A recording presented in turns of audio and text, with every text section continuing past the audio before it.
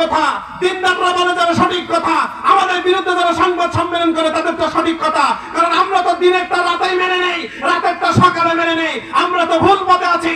যদি এই অন্যায়টা মানুষের কাছে প্রকাশ হয়ে যায় তাহলে আমাদের ক্ষমতা আর থাকবে না। সুতরাং হুজুর কি আলেম কি ইমাম কি দেখার দরকার নাই, ওকে মিথ্যা মামলা দে আর জেলের মধ্যে ভরে রাখ। আমাদের দেশের জালেম শাসক এমন আছে না? জানে যে আমি যা করতেছি এটা ভুল, তা হুজুরের আবার বলার দরকার। সুতরাং আমার কণ্ঠকে থামাতে গেলে ওকে ধরো জেলে। হাজার হাজার মানুষের নামে মিথ্যা মামলা দিয়েছে। অহংকার থামিয়ে দিবেন কে? এবার বলেন তো, ফিরাউন জেলখানার ভয় দেখায় কি জিততে পারছে? পতন হয়েছে নাকি হয়নি? কোন জায়গায় ডুবে জানো? নীল দরিয়ায়। কোন জায়গায়? নীল দরিয়ায়। বললেন কারা কারা? একটু হাত দেখান।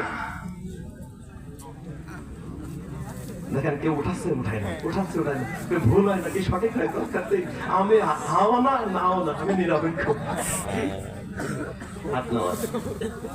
আর কারো কোনো বক্তব্য আছে? নাই? আচ্ছা, বুঝতে পারছি। ফিরাউনকে আল্লাহ নীল নদে মেরেছেন, এই কথা, এই প্রশ্নের উত্তর যারা দিয়েছেন আপনাদের উত্তরটা ভুল। আপনাদের উত্তর কি? হুজুর এতদিন তো জানতাম নীল নদ। জি, আপনি নীল নদ জানেন, আপনারটা ভুল। ফিরাউনকে রব্বুল আলামিন যেই জায়গায় চুপিয়ে মারছিল সেইটা ছিল বাহরে আহমার, লোহিত সাগর।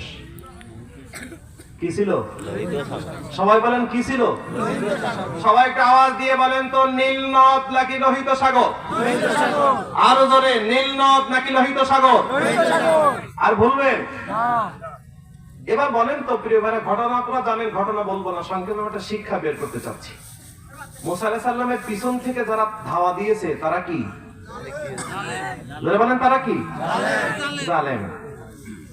আর মুসা আলাইহিস সালাম কার উপরে ঈমান এনেছেন? আল্লাহ। যারা বলেন আল্লাহ। আল্লাহ। সঙ্গী সাথীরা বলতেছে, ও মুসা, পিছনে তো বাহিনী আর সামনে বিশাল সমুদ্র, আমরা তো এখন আটকা পড়ে গেছি। ইন্না লামুদরাকুন, আমরা আটকা পড়ে গেছি। মুসা আলাইহিস সালাম কি বললেন? কাল্লা, কখনো নয়। ইন্না মাইয়া রাব্বি সায়াহদিন, নিশ্চয়ই আমাদের রব আমাদের সাথে আছেন আর তিনি আমাদের পথ দেখাবে। সুবহানাল্লাহ বলেন। কারণ মুসা আলাইহিস সালাম ভালোই জানে আমি আমার অর্ডারে আসিনি, আমি তার অর্ডারে এসেছি। সুতরাং তিনি আমাকে অর্ডার দিয়েছে চলে যাও, কিভাবে নিয়ে যাবে ওটা তার দায়িত্ব, আমার টেনশন নাই। ঠিক আছে? ঠিক।